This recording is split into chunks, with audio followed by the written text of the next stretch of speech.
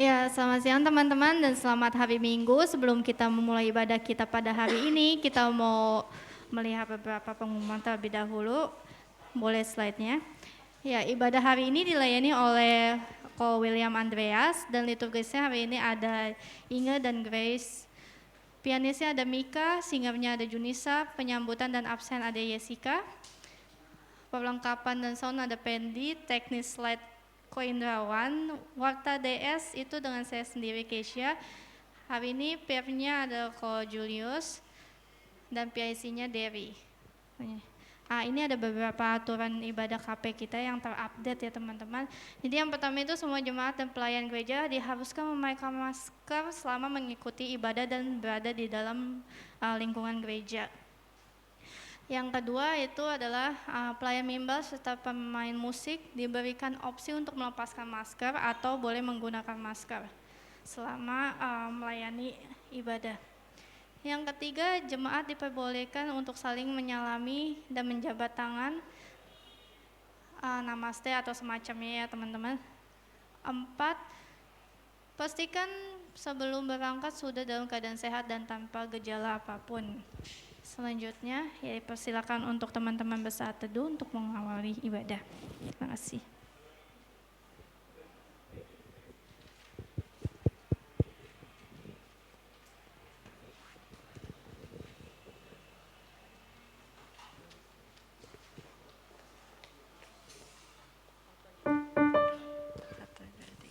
Selamat pagi. Sebelum mulai ibadah, saya ada satu pertanyaan dulu ya untuk teman-teman jawab di dalam hati aja. Dan aku mau nanya ke Grace juga, gimana sih menurutmu selama ini Tuhan itu mengasihi Grace? Salah satu contoh aja. Salah satu contoh ya, Ci. Mungkin kalau dari aku, dari kesehatan sih, Ci. Kan sekarang lagi banyak banget nih penyakit-penyakit yang aman tuh. Nah, Tuhan mengasihi aku dengan masih kasih kesehatan, bisa beraktivitas gitu. Oke, Gitu sih. oke. Mungkin kalau teman-teman punya jawaban yang beda-beda ya. Kalau saya mungkin salah satunya itu waktu ada masalah gitu ya. Kalau ada masalah, Tuhan yang hadir, Tuhan yang menghibur. Nah, di situ saya juga merasakan kasih Tuhan. Nah, di dalam pengalaman-pengalaman yang berbeda dan unik-unik, saya juga yakin bahwa kasih Tuhan itu sama-sama kita rasakan dengan hangat, dengan indah, seperti juga siang yang disinari terang, seperti sedalam lautan dan seluas angkasa. Oleh karena itu mari kita sama-sama berdiri, kita mau memuji Tuhan, kita mau mengungkapkan rasa sukacita kita, rasa syukur kita atas kasih Tuhan seindah siang disinari terang.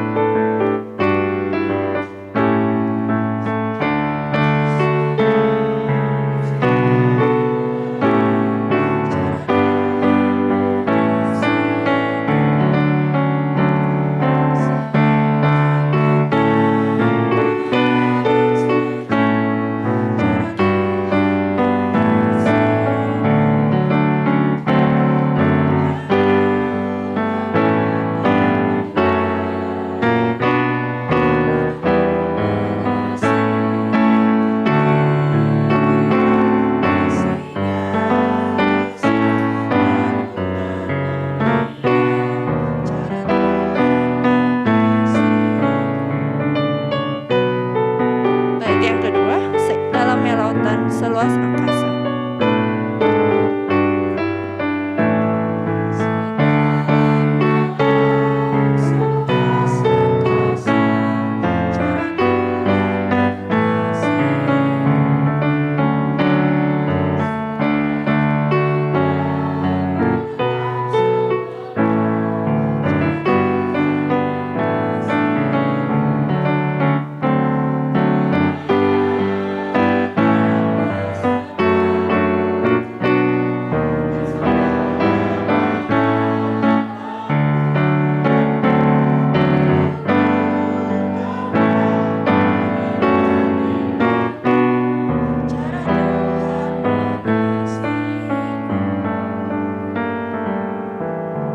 Kebaktian pemuda hari ini hanya dapat berlangsung karena pertolongan Allah Bapa, Putra, dan Roh Kudus. Kasih karunia dari Allah menyertai teman-teman sekalian. Silakan duduk. Oke teman-teman, dari lagu yang barusan aja kita nyanyiin, kita diingatin lagi bahwa kasih Tuhan memang sungguh indah dan sungguh besar buat kita. Nah, saya mau ngajak kita semua untuk kembali memuji dan menyembah Tuhan. Kita mau menyatakan bahwa Tuhanlah satu-satunya sahabat dan juru selamat yang mau mengorbankan dirinya untuk kita. Kita mau mengangkat pujian sungguh indah.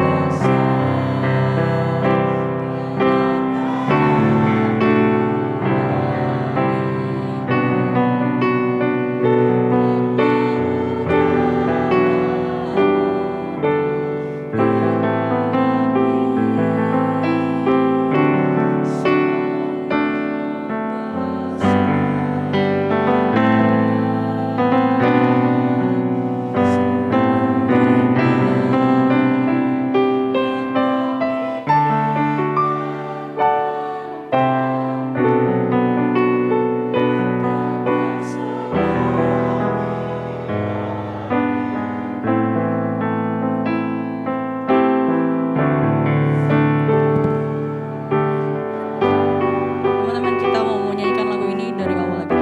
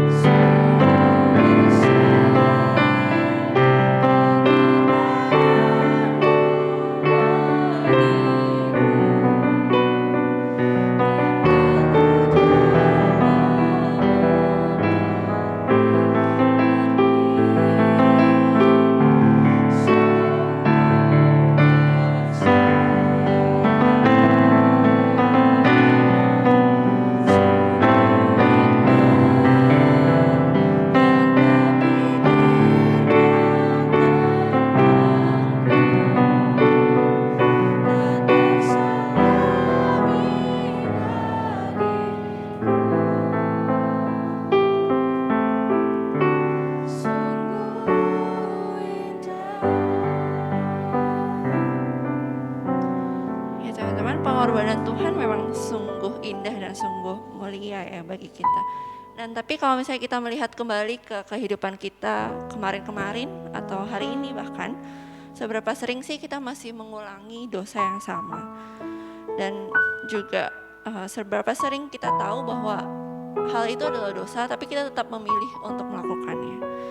Mari kita menggunakan kesempatan ini untuk sama-sama berdoa, sama-sama merenung, memohon ampun kepada Tuhan setiap dosa-dosa kita, dan juga meminta Tuhan supaya membukakan dan menyadarkan kita. Mari kita sama-sama berdoa sambil Singer menyanyikan lagu Bila Ku Renung Dosaku.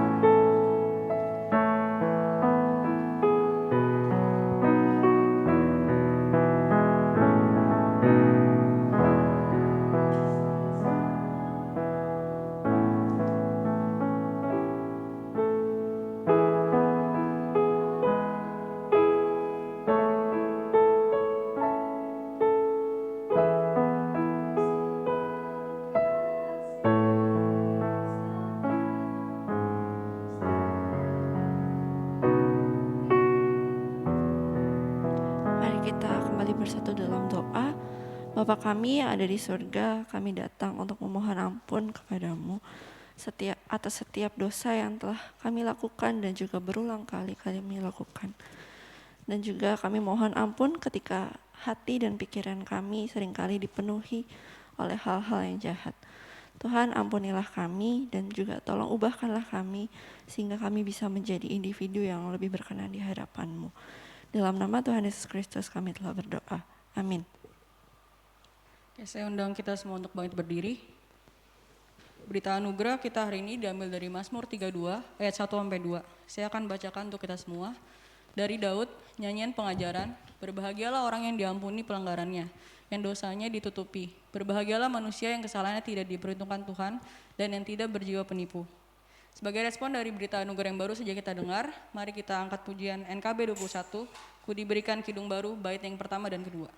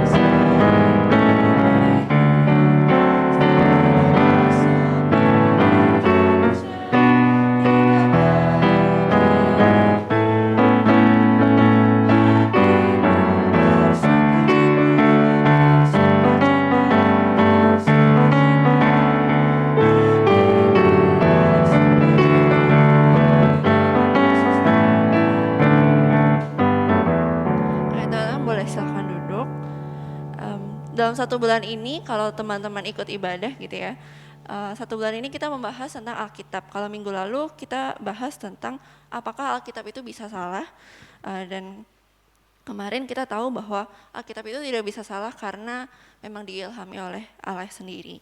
Lalu kita akan membahas nih sebenarnya fungsi dan peran Alkitab itu apa sih? Kenapa kita membutuhkannya? Kenapa penting bagi kehidupan kita orang percaya? Kita akan mendengarkan firman Tuhan hari ini dan mari mempersiapkan hati dan pikiran kita dengan menyanyikan lagu Lord Let My Heart Be a Good Soil.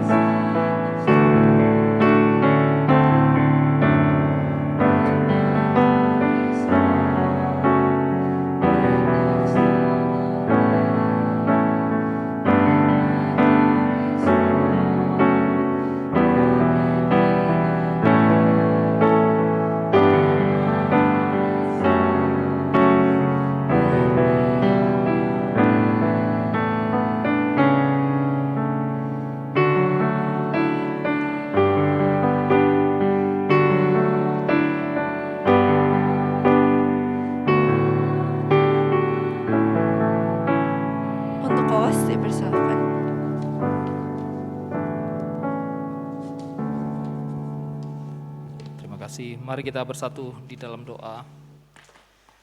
Ya Tuhan, kami rindu hati kami seperti tanah yang subur, yang siap untuk disirami oleh kebenaran firman-Mu.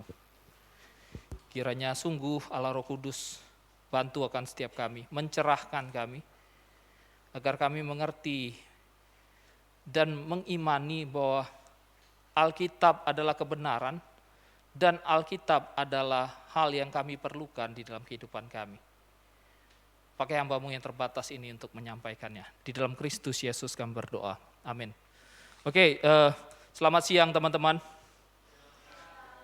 Ya, mari kita buka Alkitab kita di dalam 2 Timotius 3 ayat 16. Sorry ya, agak rushing tadi di jalan. 2 Timotius 3 ayat 16 dikatakan demikian.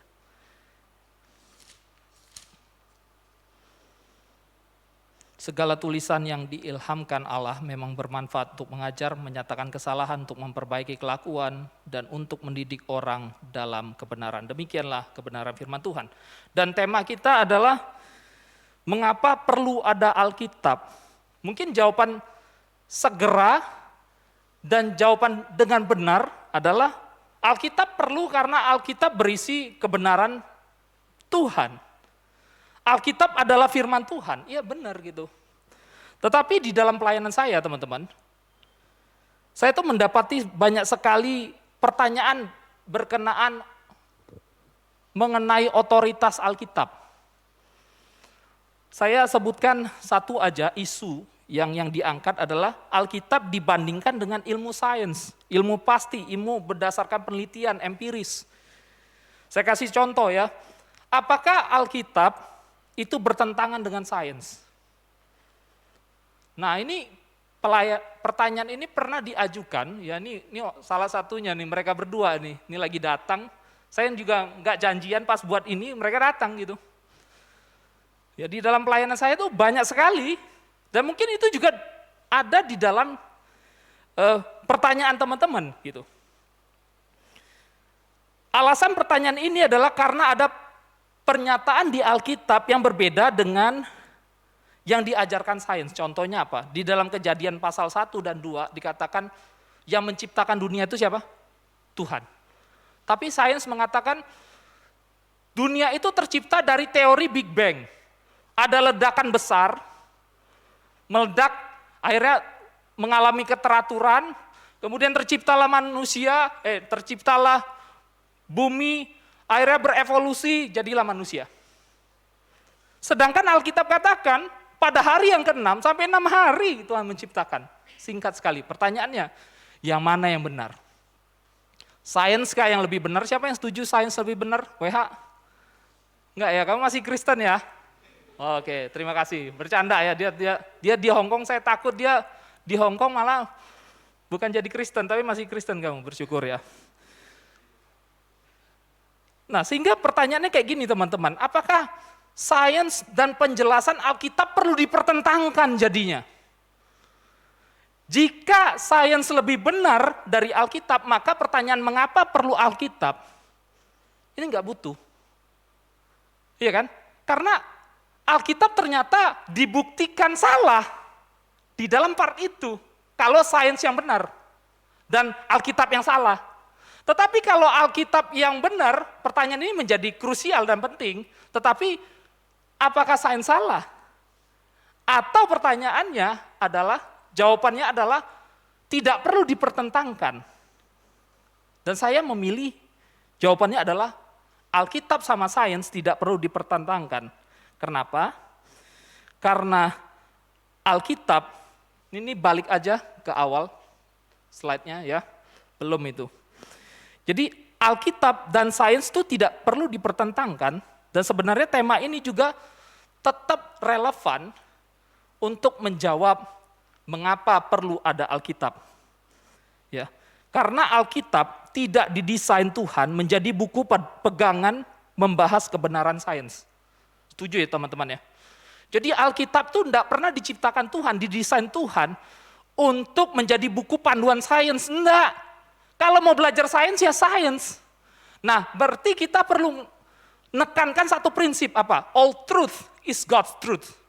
Jadi semua kebenaran adalah kebenaran Tuhan. Jadi sains pun adalah kebenaran dari Tuhan. Tapi yang membedakan adalah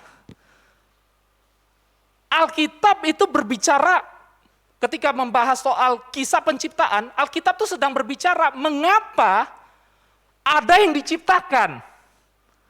Kalau sains sedang menjawab pertanyaan bagaimana proses terciptanya. Ngerti ya, paham ya?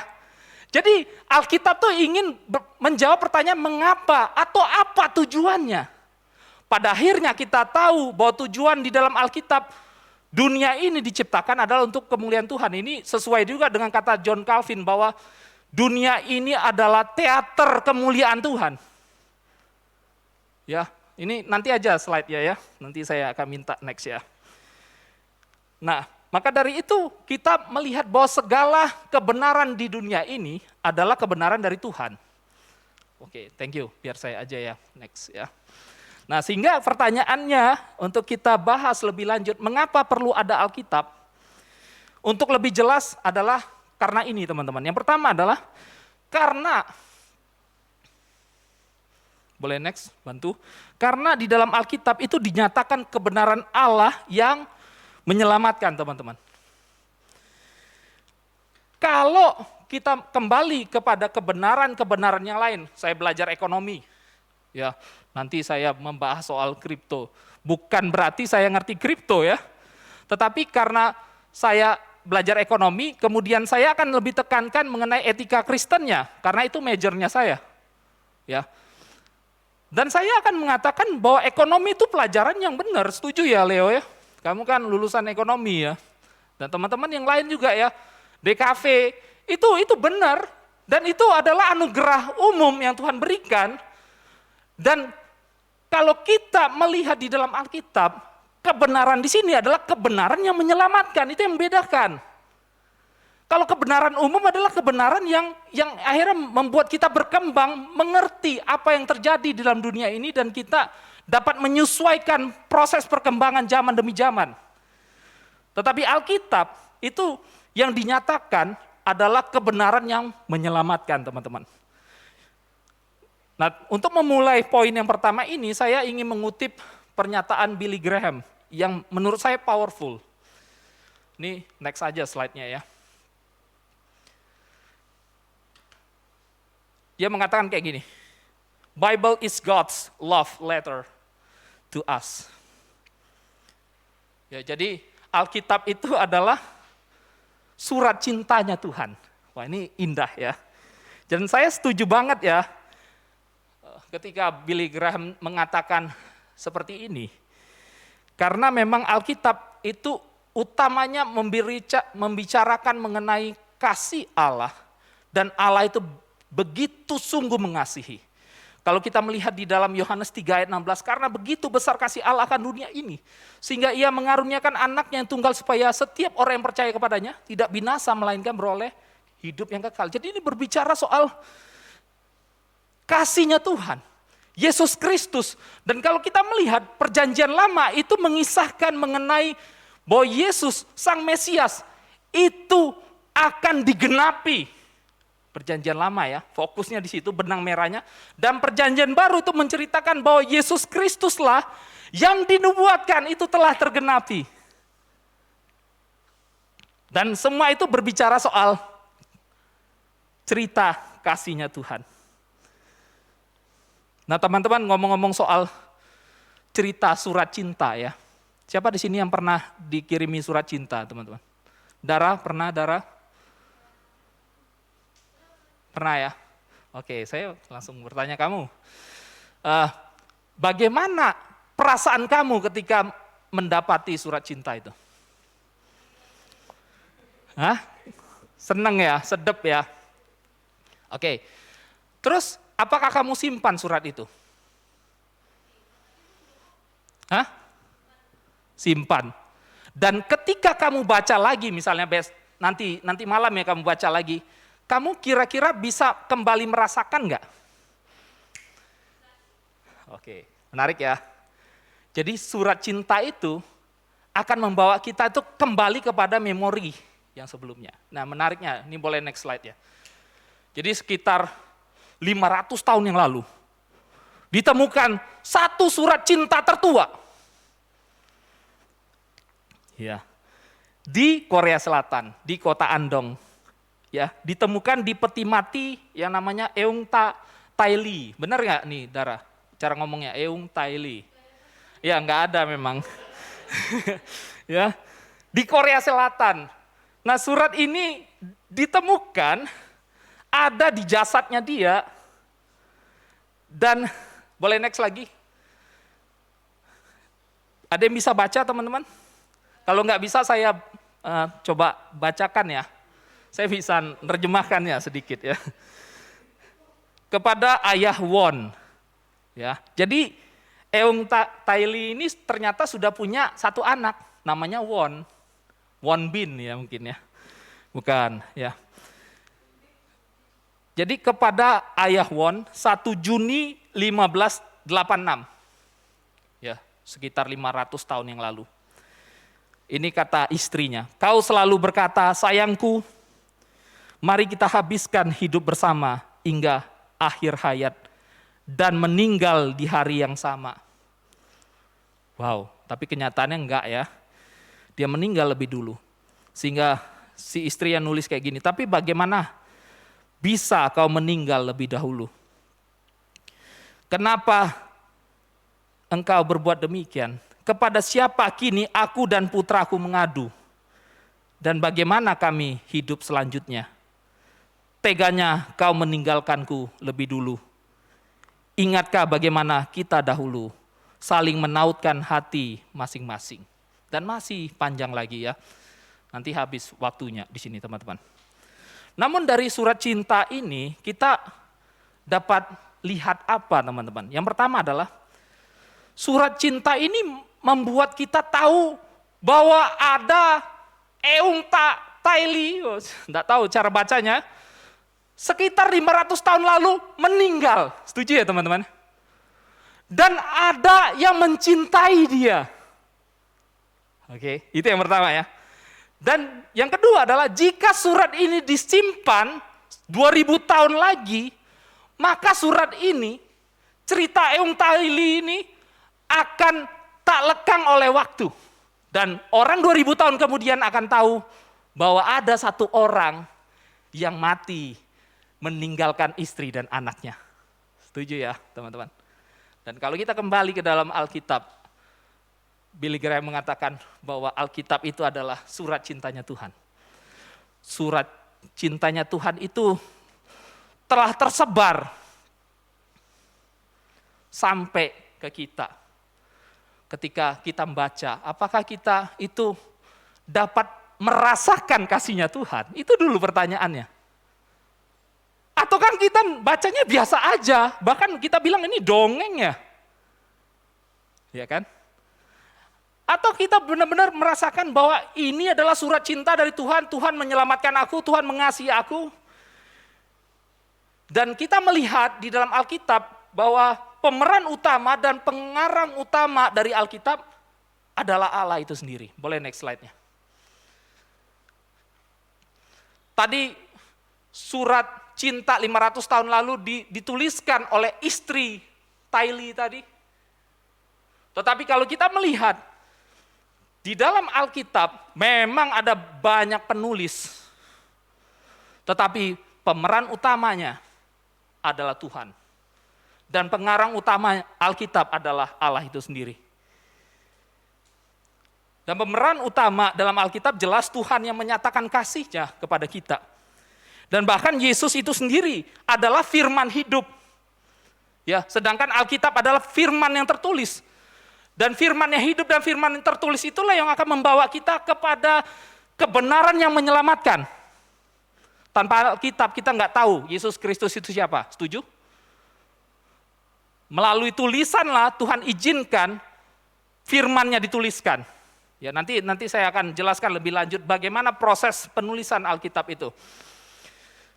Tetapi melalui tulisanlah, tulisan akan tak lekang oleh waktu jika kita pelihara. Misalnya Alkitab ini terus ada, 2000 tahun lagi, 3000 tahun lagi, jika Yesus belum datang yang kedua, maka kita masih bisa membacanya. Dan orang 3000 tahun lalu lagi akan juga membaca dan mengerti bahwa Yesus telah datang ke dunia. Mati di kayu salib untuk menebus kita manusia berdosa. Dan kalau kita berbicara soal Tuhan sebagai pengarang utama Alkitab, maka kita melihat jelas Tuhan yang menuliskan ini. Tetapi Alkitab itu bagi kekristenan tidak jatuh dari langit seperti agama lain ya. Tidak jatuh dari langit blek langsung tinggal baca. Enggak gitu.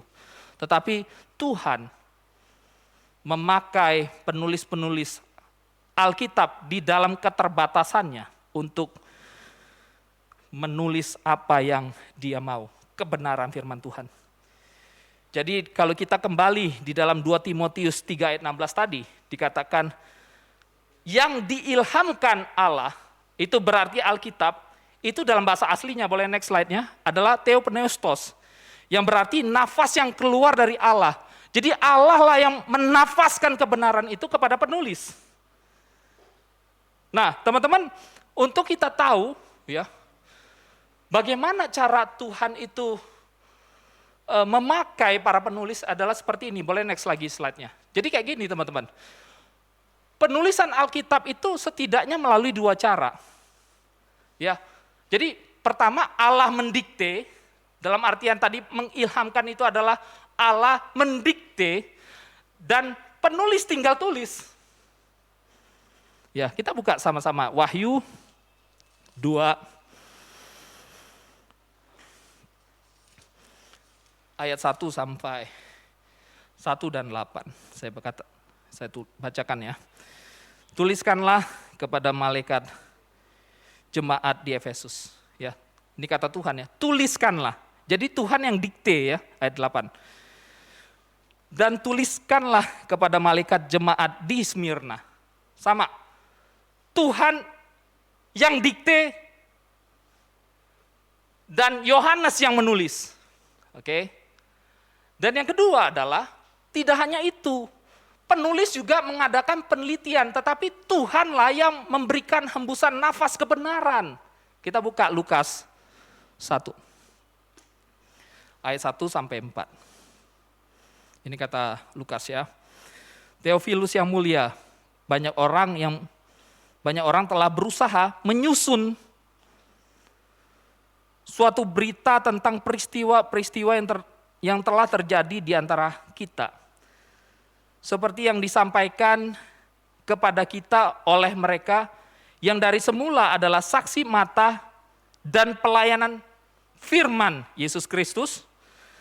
Karena itu setelah aku menyelidiki, nah ini menarik ya, setelah aku menyelidiki segala peristiwa itu dengan seksama dari asal mulanya, aku mengambil keputusan untuk membukukannya dengan teratur bagimu. Oke. Jadi ada satu lagi nih metode. Jadi tidak hanya Tuhan yang mendikte, tetapi Tuhan juga mengizinkan para penulis melakukan penelitian. Nah, di poin yang kedua inilah yang memungkinkan para penulis itu menuliskan kayak seolah-olah ajaran sains. Tapi sains sederhana. Ya teman-teman ya, sains sederhana yang mengatakan matahari itu timbul dari timur, nanti tenggelam ke barat. Terus ada yang gereja pada awal-awal mula itu menafsirkan ini berarti bumilah sebagai pusat tata surya, geosentris. Dan tahu kisahnya teman-teman?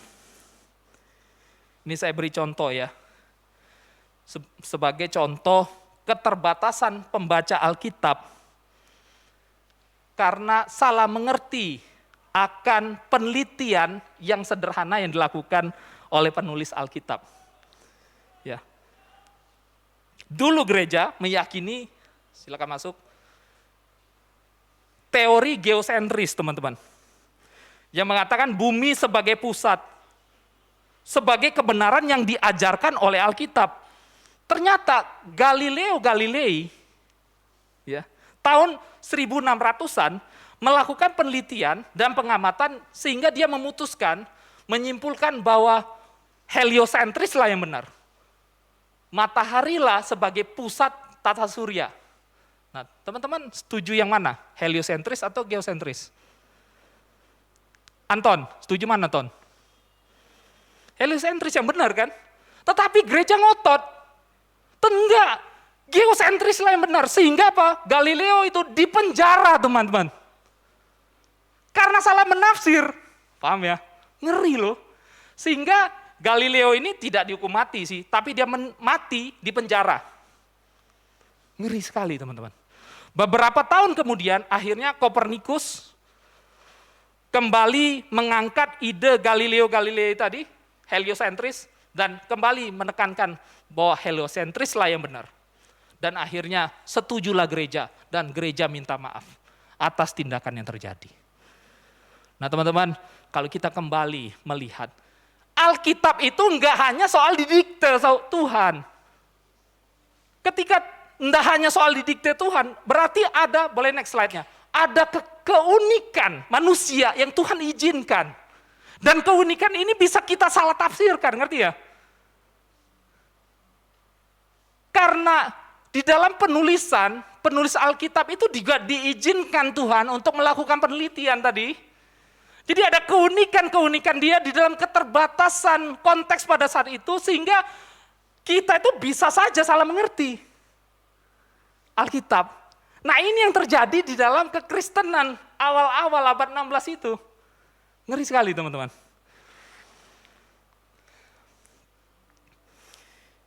Jadi dari cerita Galileo, Galilei dan gereja Katolik pada saat itu, kita melihat bahwa Alkitab bukanlah buku panduan sains. Kita harus setuju. Ya, teman-teman kalau mau belajar matematika jangan di Alkitab ya. Belajar ke sekolah. Ya, jangan Alkitab. Alkitab itu kembali lagi poin yang pertama tadi adalah sumber kebenaran yang menyelamatkan. Ilmu pengetahuan enggak menyelamatkan, tetapi kebenaran di sini adalah kebenaran yang menyelamatkan. Jadi bedakan antara kebenaran umum sama kebenaran yang menyelamatkan. Jadi jangan pakai Alkitab untuk kita mengerti sains. Walaupun di dalamnya ada terkandung nyerempet-nyerempet isu-isu sains. Setuju ya teman-teman? Berdasarkan keunikan manusia yang menulisnya. Jadi inilah poin pertama. Dan kita harus menyadari kita butuh Roh Kudus yang memberikan penerangan, keyakinan untuk kita mengerti, mengimani Alkitab adalah kebenaran yang menyelamatkan. Oke, itu yang pertama. Dan yang kedua adalah, mengapa kita perlu ada Alkitab? Karena Alkitab merupakan standar kebenaran yang berotoritas untuk kita hidupi. Jadi Alkitab adalah standar kebenaran yang berotoritas untuk kita hidupi, kita jalankan. Untuk menjelaskan ini saya bertanya dulu, siapa di sini yang pernah nonton The Book of Eli? Oke. Yang belum pernah nonton? Ada ya? Oke, thank you teman-teman. Ini cerita bagus ya. Ya, si Anton jempol berarti memang bagus ya, Cik. Belum nonton kan? Itu rekomendasi tontonan yang bagus tuh kalau si Anton ya. Nah, teman-teman, di dalam cerita The Book of Eli ini, sebenarnya pesan utama cerita ini adalah poin yang kedua ini, teman-teman. Ya ini menyatakan bahwa dalam Alkitab itu dinyatakan standar kebenaran untuk manusia hidupi. Mengapa demikian? Karena kayak gini, pemeran antagonis dari The Book of Eli ini ingin mencari buku Alkitab. Jadi latar ceritanya kayak gini teman-teman. Pada saat itu dunia itu telah perang besar sehingga orang tinggal sedikit yang hidup. Terus Alkitab itu semua dibakar, tinggal satu. Maka dari itu pemeran antagonis utamanya itu ingin cari satu Alkitab, buku ini, untuk dia pakai, untuk dia lebih berotoritas memimpin. Ya, jadi tujuannya jahat ya. Agar dia pakai itu sehingga orang tuh mau mengikut dia semua. Daerah jajahannya lebih besar. Tetapi si Eli ini, Tuhan utus untuk bawa Alkitab. Satu-satunya yang dia pegang ya, di dunia ini tinggal satu ya, ini ceritanya dari film ini ya. Alkitab King James Version. Ya, itu yang dibawanya. Tuhan tuntun dia untuk dia pergi ke perpustakaan. Jadi sederhana film ini ya. Jadi Eli ini harus bawa Alkitab ini ke perpustakaan supaya disimpan dan diperbanyak lagi. Teman-teman, ini kan poin kedua ya. Bahwa pemeran antagonis itu meyakini juga Alkitab itu adalah sumber kebenaran yang otoritatif. Yang akan mendidik, mengajar, yang akan memberikan dia otoritas. Eli pun juga demikian, tetapi ada tujuannya untuk memuliakan Tuhan atau tidak. Ya, maka dari itu teman-teman, kalau kita kembali kepada poin yang kedua, bahwa Alkitab adalah standar kebenaran yang berotoritas untuk kita hidupi, dan ini benar sekali, maka dari itu kita perlu menekankan dua hal. Boleh next slide-nya. Yang pertama adalah Alkitab itu ineran. Dari ini harus kita yakini, bahwa Alkitab kita itu ineran, yang artinya Alkitab itu nggak boleh salah. Nanti saya kasih argumentasi sederhananya aja ya. Jadi Alkitab itu nggak boleh salah, kalau salah, nggak usah kita baca. Dan yang kedua adalah Alkitab itu cukup dan final, artinya kita nggak butuh ada pastor atau pendeta atau hamba Tuhan yang ngomong, tadi malam aku bertemu sama Tuhan dan Tuhan tuh mewahyukan harus bangun gedung di PIK 2. Amin. Enggak. Kanonisasi Alkitab itu cukup, sudah berhenti. Di abad 100, di abad 1, ya abad 100, salah. Jadi kalau kita dengar tiba-tiba orang ngomong tadi malam dia bermimpi ketemu Tuhan dan mewahyukan sesuatu, itu salah. Ya kita akan bahas satu-satu terlebih dahulu. Yang pertama adalah Alkitab itu ineran atau ineransi Alkitab. Boleh next slide-nya. Jadi ineransi Alkitab atau Alkitab itu ineran berarti kayak gini. Kita meyakini bahwa pada naskah aslinya Alkitab itu tidak mungkin salah. Tidak mungkin ada kesalahan karena Allah sebagai pengarang utamanya. Oke. Argumentasi sederhananya seperti ini atas ineransi Alkitab. Boleh next. Ya, itu dia. Yang pertama adalah Tuhan tidak mungkin melakukan kesalahan. Setuju ya? Kalau Tuhan melakukan kesalahan, dia bukan Tuhan. Kalau orang di sini percaya Tuhan itu ada, Tuhan itu maha benar, maka poin pertama harus benar. Setuju? Ini argumentasi filsafat sederhana. Yang kedua adalah firman Tuhan adalah bukan berisi, tetapi adalah firman dari Tuhan. Kalau di sini kita mengimani bahwa Alkitab adalah firman Tuhan, maka dari itu poin yang ketiga, Alkitab tidak dapat salah. Ya, jadi paham ya? Jadi kan Tuhan itu tidak mungkin salah. Alkitab itu adalah suaranya Tuhan. Jadi tidak mungkin salah. Setuju ya teman-teman?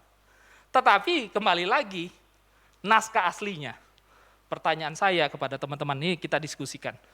Apakah naskah asli Alkitab masih ada teman-teman? Siapa yang bilang nggak ada? Nggak ada ya? Siapa yang bilang masih ada? Masih. Siapa yang bilang nggak ada? Jawabannya benar sekali yang pertama, nggak ada. Yosua ya. Tebakan kamu benar bro. Tapi mungkin itu pengetahuan dia. Nggak ada kayak gini. Jadi yang ditulis Musa pada saat itu sudah nggak ada lagi. Yang ditulis Lukas, yang ditulis Matius, yang ditulis Yohanes dan sebagainya, yang ditulis oleh Yosua di Perjanjian Lama, itu sudah tidak ada lagi naskah aslinya. Yang ada itu apa? Salinan. Salinan Alkitab. Maka dari itu kita kadang melihat versi LAI, versi NIV, versi King James Version, ESV, NASB, itu ada kadang satu kata berbeda dengan versi yang lain. Ya mungkin minggu lalu sudah dijelaskan ya. Benar nggak? Ada dijelaskan nggak? Ya berharap ada ya, jadi saya nggak usah kasih contoh ya. Hah? Nggak ada.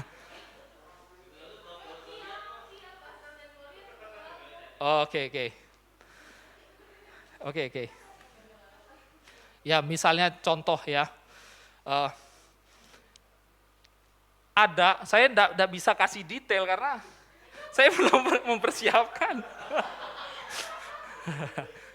Ya, misalnya di dalam Alkitab itu ada yang berbicara soal laut, tetapi ada yang menulis danau, teman-teman. Oke, ada yang tahu ya, ingat ya. Nah itu yang mana yang benar, tergantung salinan mana yang dia pakai. Artinya kayak gini teman-teman, saya kembali lagi ya. Ineransi Alkitab pada naskah aslinya nggak mungkin salah, tetapi yang memungkinkan salah itu adalah penyalinnya. Salah satu kata bisa berubah kata itu. Dan juga yang kedua adalah LAI sama NIV itu papirus tertuanya berbeda teman-teman. Gak usah, papirus itu adalah salinan. Salinannya bisa berbeda. Ada yang pakai Nestle Allen, ada yang pakai di Alexandrian untuk perjanjian baru. Ya kita nggak usah masuk di sana nanti tambah puyeng ya.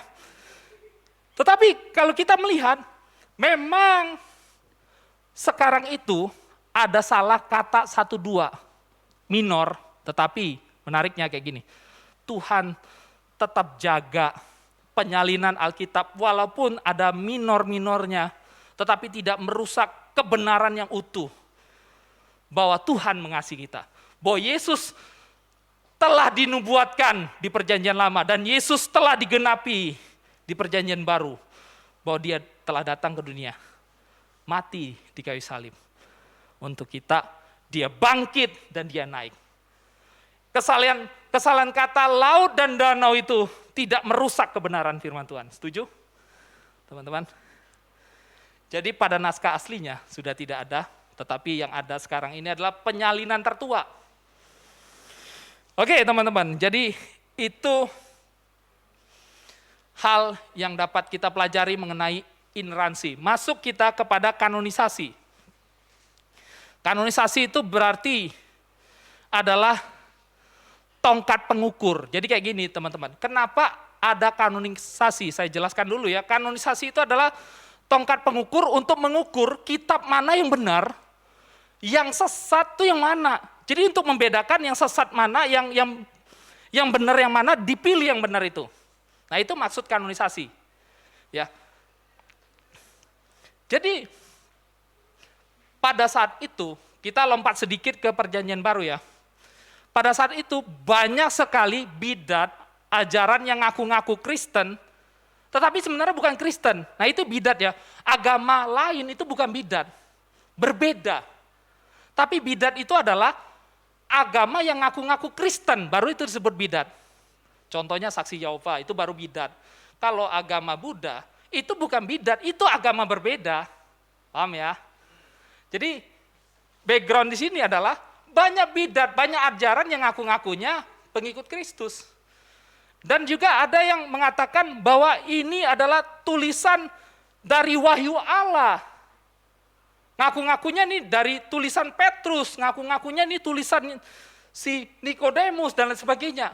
Tulisan Maria. Maka dari itu haruslah ditentukan. Yang mana sih yang benar, yang mana sih yang bidat. Ya. Nah, disinilah makanya melalui Athanasius tahun 367 dicetuskanlah akan isu kanonisasi, dan pada finalnya tahun 397 di Kartage. Dan final lah perjanjian baru itu 27 kitab. Nah, kalau perjanjian lama, kita balik lagi ke poin yang pertama. Perjanjian lama itu teman-teman, tahun 435 sebelum Masehi, sebelum Yesus datang, itu sudah final. Yang mengerjakan itu adalah si Ezra, ahli kitab. Ya, pernah ketemu nggak nama Ezra di perjanjian lama? Pernah ya? Itulah di zaman dialah kanonisasi itu dilakukan dan sudah final. Buktinya dari mana? Yesus dan penulis PB itu mengutip PL kira-kira 295 kali, itu menunjukkan bahwa perjanjian lama itu adalah firman Tuhan juga. Apalagi Yesus yang mengutip. Tidak mungkin bukan firman Tuhan, setuju ya? Jadi ini sudah final perjanjian lama, tapi perjanjian baru ini yang harus dilakukan kanonisasi perjanjian baru. Dan apa kriteria kanonisasi? Boleh next slide-nya. Kriteria kanonisasi itu ada 3 teman-teman. Ya ini apostolik, ortodoksi, sama universalitas. Kita bahas satu ya. Apostolik itu artinya penulis harus saksi mata langsung. Berarti tulisan itu nggak boleh lebih dari 100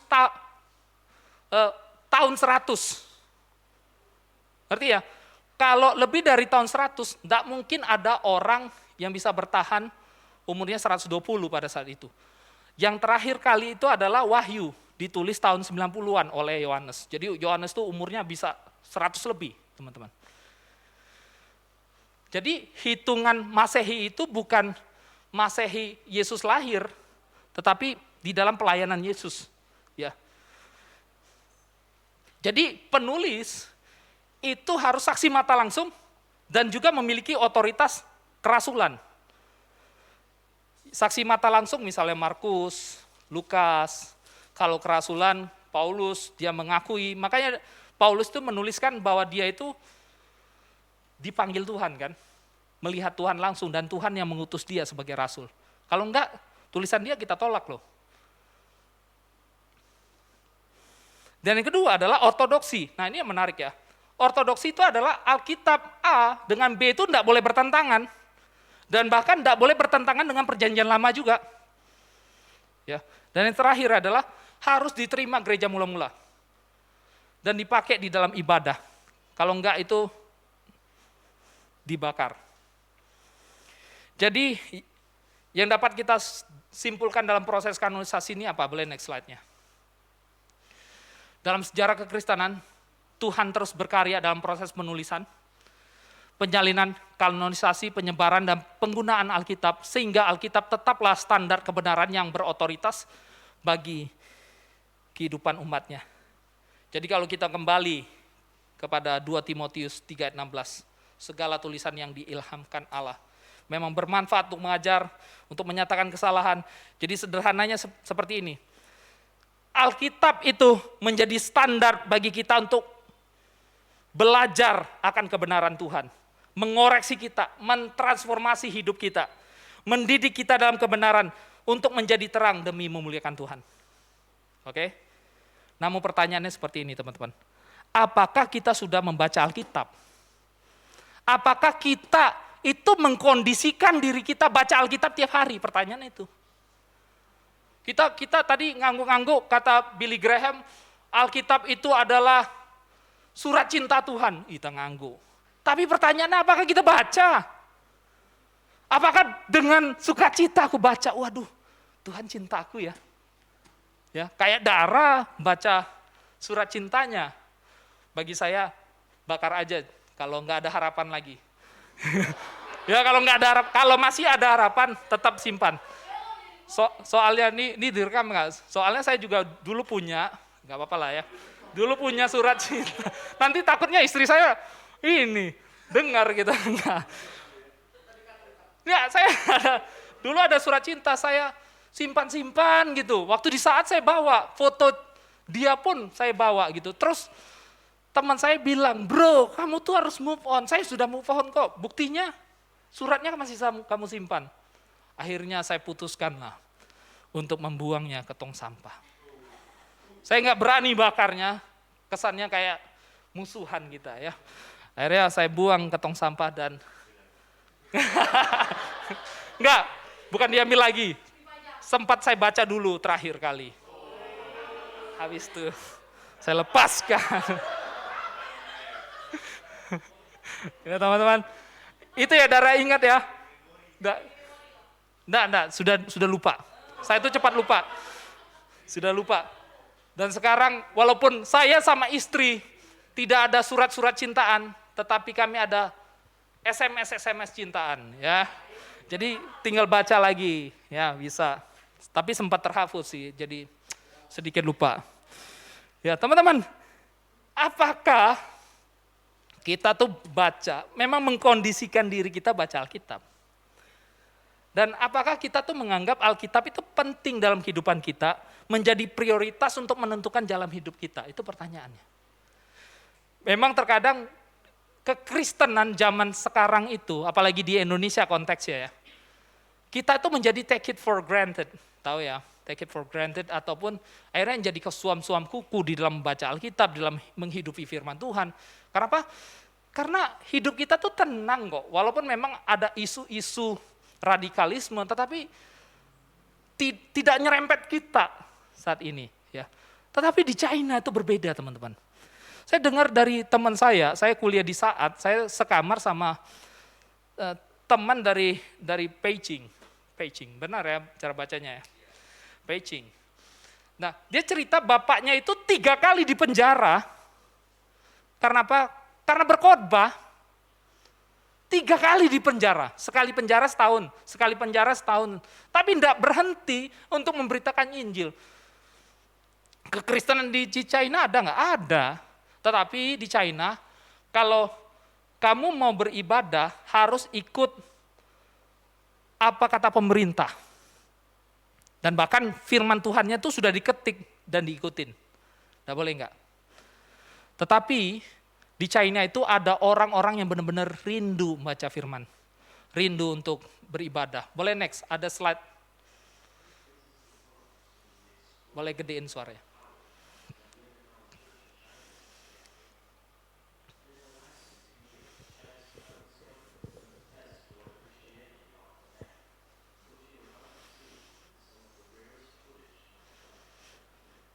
Ini disebut sebagai underground church.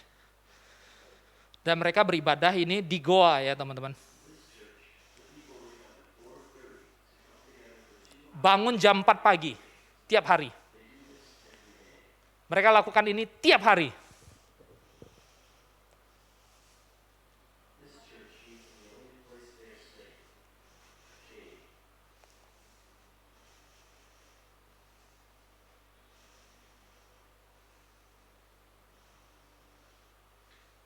Ini di goa dilakukannya. Ini di ya kedengarannya.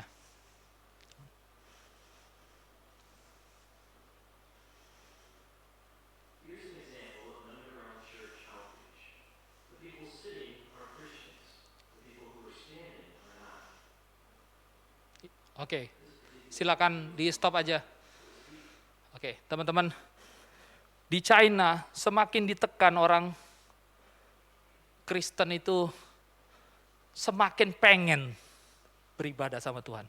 Dan bahkan ini kalau diteruskan lagi, ya, dan saya dengar kesaksiannya, ada orang yang pegang Alkitab itu cuma selembar, itu dibacanya terus teman-teman.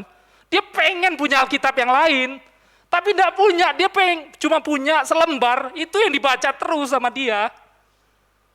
Wih, ngeri sekali. Kita bisa pegang ini dan bahkan bawa keluar pun nggak apa-apa. Kalau di sana bisa dipenjara teman-teman. Sehingga Pak berlembar-lembar mereka simpan di rumah yang lain, selembar mereka satukan nanti baca ganti-gantian. Sedangkan kita saat ini di sini males loh. Jadi benarlah kata orang misionaris itu mengatakan, Kristen tuh kalau dianiaya dia semakin cinta Tuhan. Sehingga saya jadi bertanya-tanya nih, apakah kita nih tunggu dianiaya dulu baru cinta Tuhan? Hah? Mau enggak? Janganlah ya. Saya berharap enggak. Tuhan janganlah, gereja ini Tuhan jaga. Ya kita dijaga Tuhan. Jangan sampai Indonesia ini penuh isu radikal. Tetapi saya terus bertanya, apakah tunggu dianiaya dulu supaya kita tuh benar-benar cinta baca firman. Cinta Tuhan, melayani Tuhan gitu. Saya berharap kita kembali melihat kepada pertanyaan ini dan memacu diri kita untuk bertanya dan berkomitmen, apakah perlu ada Alkitab di dalam kehidupan kita? Apakah Alkitab itu adalah benar-benar kebenaran yang menyelamatkan kita sehingga kita perlu membacanya? Perlu untuk kembali melihat kasih-Nya Tuhan. Dan apakah Alkitab itu benar-benar kebenaran yang otoritas yang akan menuntun hidup kita? Seperti dalam 2 Timotius 3 ayat 16 tadi, mengajar kita, menyatakan kesalahan, memperbaiki kelakuan, mendidik kita ke dalam kebenaran. Ya, kiranya kita anak muda di sini semakin cinta Tuhan. Tidak perlu tunggu dianiaya dulu. Tetapi kita mungkin nggak perlu seperti orang China tadi, tapi benar-benar dengan sungguh kita tuh mencari Tuhan. Rindu membaca firman Tuhan. Mari kita bersatu dalam doa.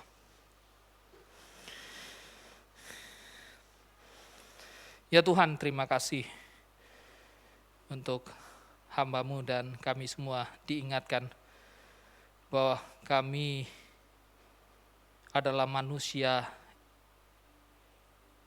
yang berdosa namun Engkau selamatkan ya Tuhan. Dan bahkan Engkau memberikan kami anugerah firman tertulis yang menjadi kebenaran yang menyelamatkan kami, kebenaran yang berotoritas untuk menuntun hidup kami di dalam memuliakan Tuhan. Tuhan, ajarkan kami di tengah kondisi saat ini yang tenang-tenang, tidak di dalam penganiayaan, kami juga memiliki kerinduan membaca firman. Ya Allah Roh Kudus, buat hati kami benar-benar sungguh berpaut kepadamu ya Tuhan.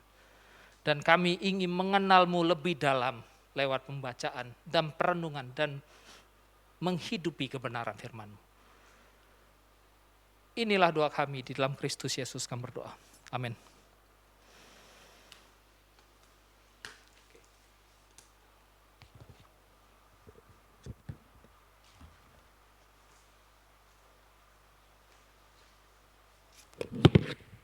Nah, teman-teman pemuda, kita semua berdiri. Sebagai respon pemberitaan firman Tuhan, mari kita mengucapkan pengakuan iman kita seturut dengan pengakuan iman rasuli.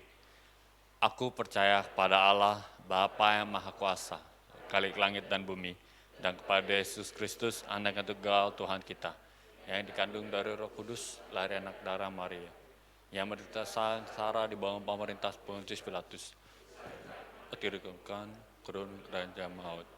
Pada hari ketiga, bangkit pula naik surga, duduk di sebelah kanan Allah, Bapa yang Maha Kuasa, dan rencana akan datang, hakimi orang hidup di mana abadi. Aku percaya kepada Kudus, Kudus dan Allah, Tuhan Kudus, pengampunan dosa, kebangkitan mati dan kekal. Amin. Silakan duduk.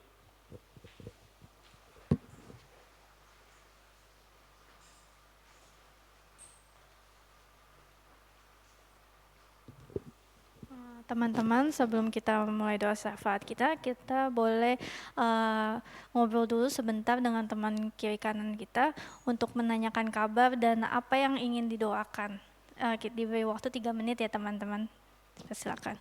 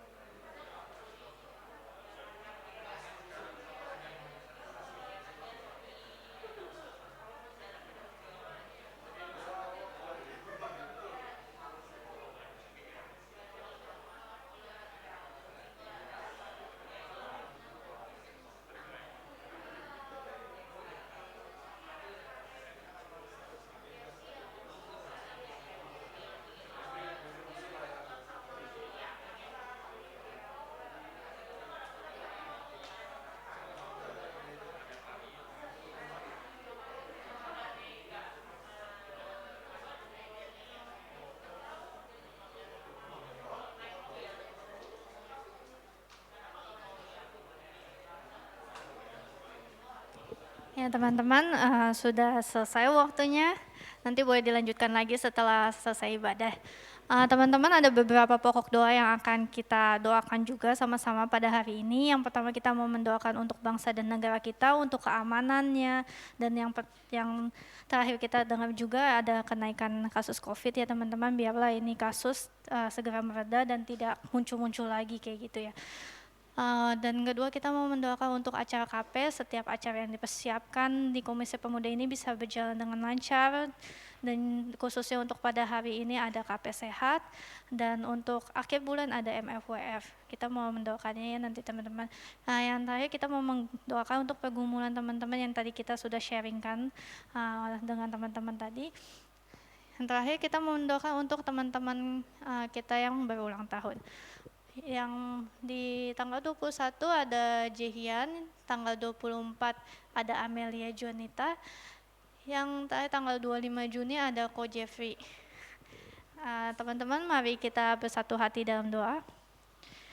Ya Tuhan, terima kasih ya Bapak atas segala berkat dan penyertaan yang telah Engkau berikan kepada setiap kami untuk dapat hadir di tempat ini beribadah kembali bersamamu ya Bapak. Terima kasih atas firman yang telah Engkau sampaikan melalui hamba-Mu Kowas ya Bapak, kayak Engkau yang mau memakai Kowas dengan lebih luar biasa lagi ya Bapak. Engkau yang memberikan perlindungan kepada dia dan keluarganya ya Bapak.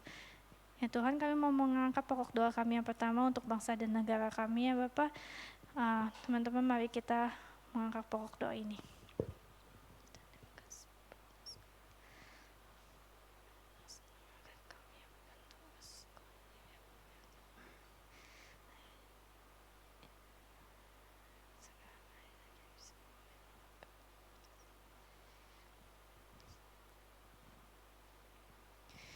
Berikutnya kita mau mengangkat pokok doa tentang acara KP yang khususnya hari ini KP Sehat dan MFWF di bulan ini di akhir bulan, kiranya bisa berjalan baik dan banyak yang bisa berpartisipasi. Mari kita angkat pokok doa ini.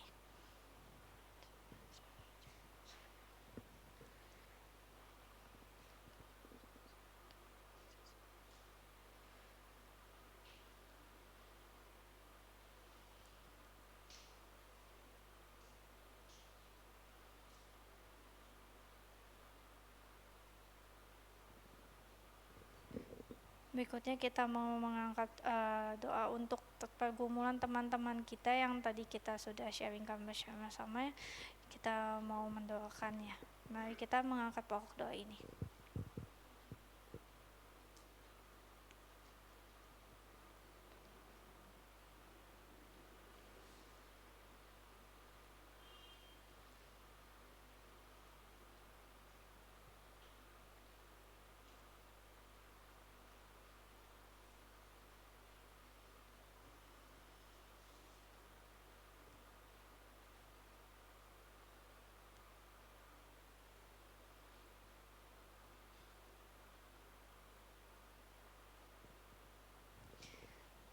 Ya Tuhan, inilah segenap doa kami. Kami juga mau menaikkan doa, mengucap syukur untuk 1 tahun yang akan Kau tambahkan kepada teman-teman kami yang berulang tahun ya Bapak. Kiranya mereka bisa menjadi garam dan terang bagi dunia ini ya Bapak, yang bisa memancarkan kasih-Mu saja ya Bapak. Ya Tuhan, kami menyerahkan seluruh ibadah ini dari pertengahan hingga akhirnya ke dalam tangan-Mu saja. Dalam nama Tuhan Yesus Kristus kami berdoa mengucap syukur. Haleluya, amin.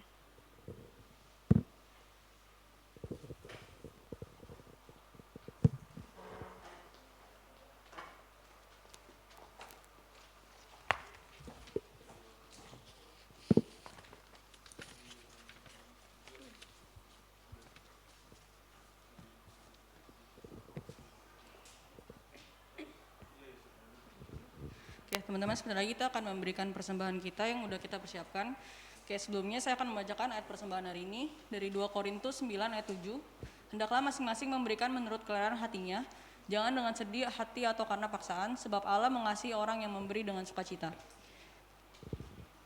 Next slide. Teman-teman, persembahan bisa diberikan melalui scan QR yang ada di layar ataupun bisa transfer ke rekening yang ada di layar atas nama Gereja Kristen Indonesia. Sambil mempersiapkan persembahan kita, mari kita bersama-sama mengangkat pujian Bila Topan Keras Melanda Hidupmu.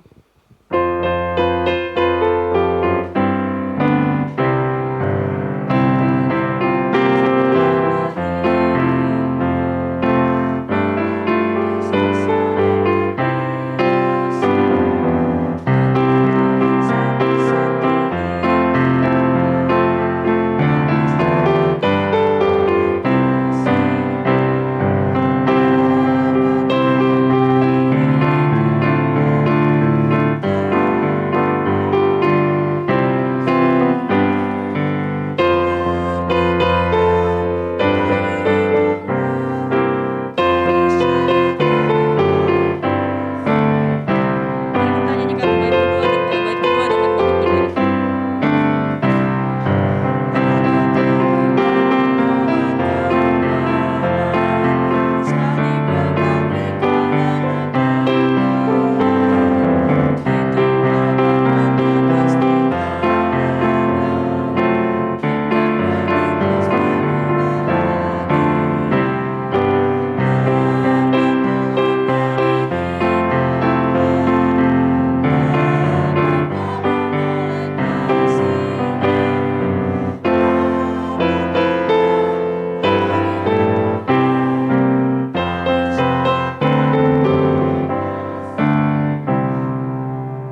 Teman-teman, mari kita bersama doa. Tuhan, terima kasih untuk persembahan yang telah kami berikan. Sedikit dari yang kami punya Tuhan. Tuhan, biar boleh persembahan ini dapat digunakan untuk memproses kerajaan-Mu saja. Tuhan, juga kami berdoa untuk tangan-tangan yang mengelola persembahan ini. Tuhan yang berikan kebijaksanaan kepada mereka yang mengelola persembahan ini agar persembahan ini dapat dialokasikan dengan baik. Hanya dalam nama-Mu kami berdoa, haleluya, amin.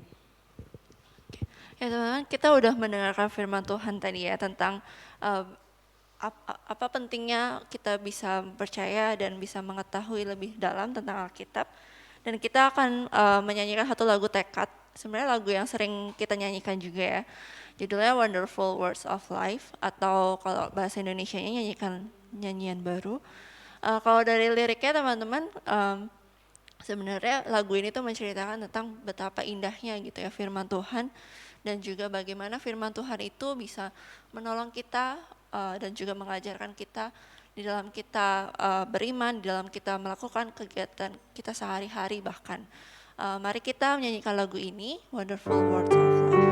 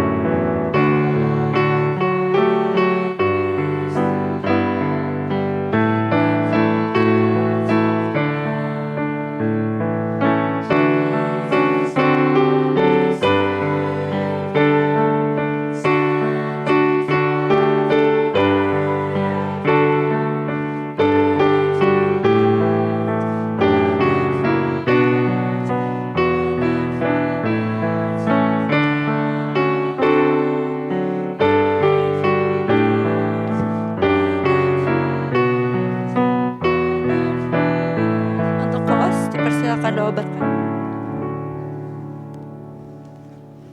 Mari kita benar-benar menyadari, mengimani dan menghidupi bahwa firman Tuhan adalah firman yang indah, firman yang menyelamatkan kita, firman yang berotoritas untuk kita hidupi, sehingga hidup kita dituntun kepada kehidupan yang penuh dengan harapan yang hidup di dalam kehendak Tuhan. Dan terimalah berkat daripada Tuhan. Kiranya kasih karunia, rahmat dan damai sejahtera dari Allah Bapa, keselamatan yang nyata dari Yesus Kristus, serta tuntunan, kuat kuasa, penyertaan dari Allah Roh Kudus menyertai hidup kita sekalian saat ini sampai selama-lamanya. Haleluya. Amin. Haleluya. Haleluya. Haleluya. Haleluya. Haleluya. Amin.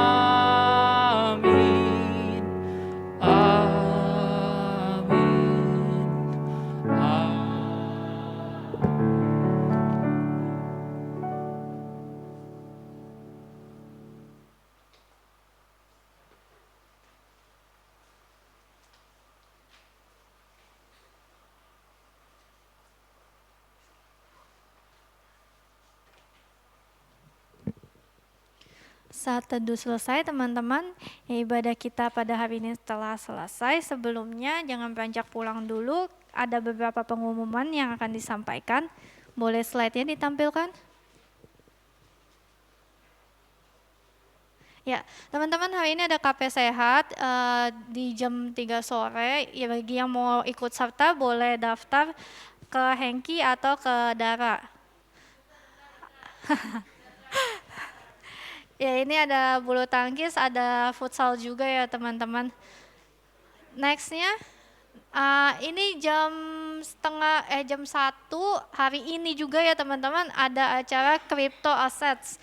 Nah teman-teman yang bila mau mengikuti acara ini dipersilakan untuk hadir bila ingin mempelajari tentang kripto ya teman-teman.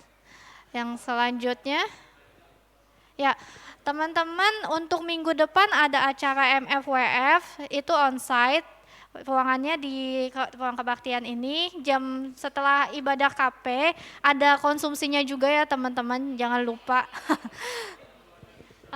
Ya teman-teman, hari ini kita juga mau menyambut beberapa teman baru kita yang baru hadir pada hari ini. Boleh untuk berdiri yang baru hadir pertama kali. Ya, boleh diperkenalkan namanya. Iya, halo teman-teman, nama saya William dari Mangga Besar. Halo teman-teman, nama saya Leo dari Mangga Besar. Dan berikutnya,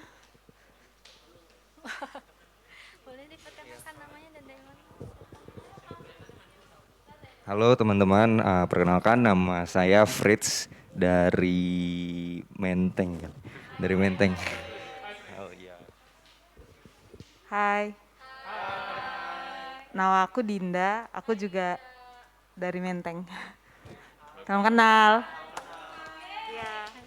Ya, selamat datang teman-teman yang baru pertama kali hadir di ibadah KP Komunitas Pemuda pada hari ini. Diundang kembali untuk datang ibadah pada hari-hari minggu berikutnya. Selamat siang teman-teman, terima kasih.